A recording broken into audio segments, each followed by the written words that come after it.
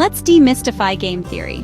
It might sound like something out of a spy thriller or a secret agent's playbook, but it's actually a powerful tool that shapes the world around us every day.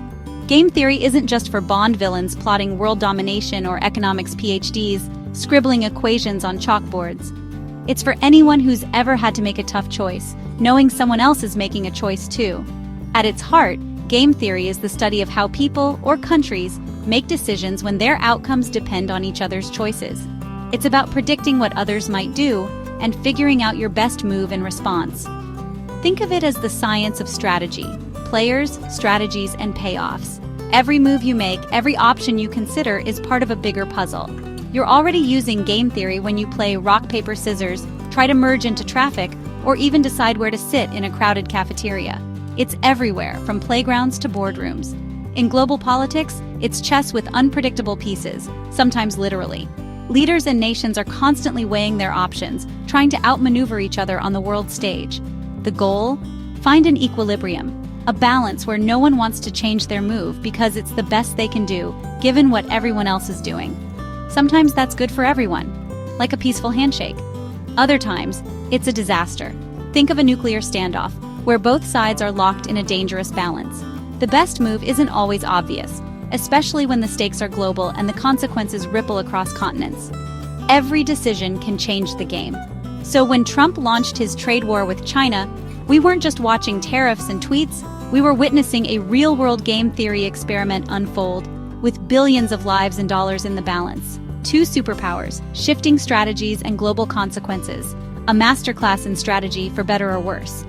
Game theory isn't just for the movies, it's the invisible hand guiding choices, risks, and outcomes in our interconnected world. Meet the players. On one side, the United States, a global economic powerhouse with decades of dominance in international trade. On the other, China, a rising giant, determined to secure its place at the top of the world's economic order. This was more than just a clash of countries. It was a battle of ideologies, ambitions, and strategies. In one corner, the US, led by President Trump, who saw trade as a zero-sum game and wielded tariffs like a sledgehammer. Trump believed that America had been taken advantage of for too long, and he was determined to rewrite the rules. His approach was bold, confrontational, and unapologetically aggressive. His strategy? Use America's economic power to force change, especially from China. He wanted to protect American jobs, industries, and intellectual property, and he wasn't afraid to shake up the global system to do it. In the other corner, China, led by Xi Jinping, focused on long-term growth and stability, not eager to be pushed around. China's leadership was patient, strategic, and deeply committed to its vision of national rejuvenation. China's response was swift and calculated: retaliate with tariffs, dig in, and refuse to back down in the face of pressure, and diversify trading partners. China began strengthening ties with Europe, Africa, and other Asian nations, seeking new markets and alliances to reduce its dependence on the US. This wasn't a simple win-lose game. Both sides could lose or win together. The world watched as the two largest economies on the planet squared off, knowing that the outcome would ripple across the globe. A trade war could hurt both economies, but a deal could benefit both. The stakes were enormous, not just for the US and China, but for workers, companies, and consumers everywhere. Trump's opening move was an ultimatum: stop unfair practices or face tariffs. He demanded sweeping changes to China's trade policies, intellectual property rules, and market access. The US assumed China would fold. Instead, China hit back, matching tariffs dollar for dollar and signaling it was ready for a prolonged fight. Suddenly, it was a war of attrition, each side waiting for the other to blink. Tensions escalated, uncertainty grew, and the world economy braced for impact. The stakes: global supply chains, economic growth, and political survival. Companies scrambled to adapt, shifting production, rerouting shipments, and rethinking strategies. For both leaders, the risks were personal and political. Their reputations and their country's futures were on the line.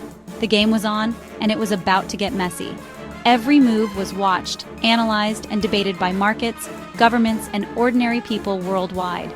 This is where the real drama began.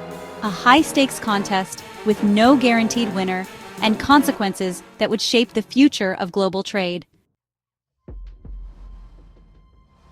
In game theory, threats matter as much as actions. Enter brinkmanship, pushing to the edge to force your opponent's hand. Trump's weapon? Tariffs, threatened, raised, and escalated to jaw-dropping levels. The message: we'll blow up this relationship if you don't give in. The goal: make China believe the US would go all the way, even if it hurt both sides. Trump's unpredictability made his threats seem real. No one knew if he'd actually push the button. But brinkmanship is risky. The closer you get to disaster, the more everyone suffers. US consumers paid more, farmers lost markets, and businesses scrambled. China, with a state-controlled economy and no elections, could endure more pain than expected. The result? A grueling standoff with both sides testing each other's limits. Brinkmanship raised the stakes and the risks for everyone. The US-China trade war was more than just a clash of tariffs and trade policies. It was a classic game of chicken, played out on a global stage for all to see. Imagine two massive economies, each convinced of its own strength, barreling toward each other with no intention of backing down. Like two drivers speeding toward each other on a narrow bridge, both knew that disaster loomed if neither swerved. The stakes weren't just economic, they were about pride, power, and the future of global leadership. President Trump's strategy was to act unpredictable, even reckless. He wanted China to believe he was willing to crash the car, no matter the cost. This was brinkmanship at its most dramatic, with each side trying to outbluff the other. China, for its part, refused to be intimidated. It matched tariffs, issued stern warnings, and made it clear that it would not be the first to blink. The world watched as the two giants dug in their heels. Both governments needed to project strength to their own people. Backing down would be seen as weakness, so neither side could afford to swerve first, even as the risks mounted. Tariffs soared to unprecedented levels, 145% from the US, 125% from China. Global markets trembled, supply chains frayed, and businesses everywhere braced for impact. The world held its breath, expecting a collision. But just as catastrophe seemed certain, both sides began to ease off the accelerator. Quiet negotiations replaced public threats, and the tone shifted from confrontation to compromise. The US dropped tariffs to 30%, China to 10%. It wasn't a full retreat, but it was enough to avoid disaster and signal a willingness to de-escalate. Relief swept through boardrooms and trading floors worldwide. No one could claim victory, but everyone knew catastrophe had been averted. In the end, it was a draw, a mutual step back from the brink, not a triumph for either side. The lesson was clear. Sometimes, survival is the only win that matters. In high-stakes standoffs, avoiding disaster can be the greatest success. The standoff ended, but the underlying rivalry and mistrust remained. Both sides knew this was only a pause, not a permanent peace. The game of chicken was over for now. The world could exhale, but everyone knew the competition would continue. Both sides lived to play another day, their rivalry unresolved, their ambitions undiminished.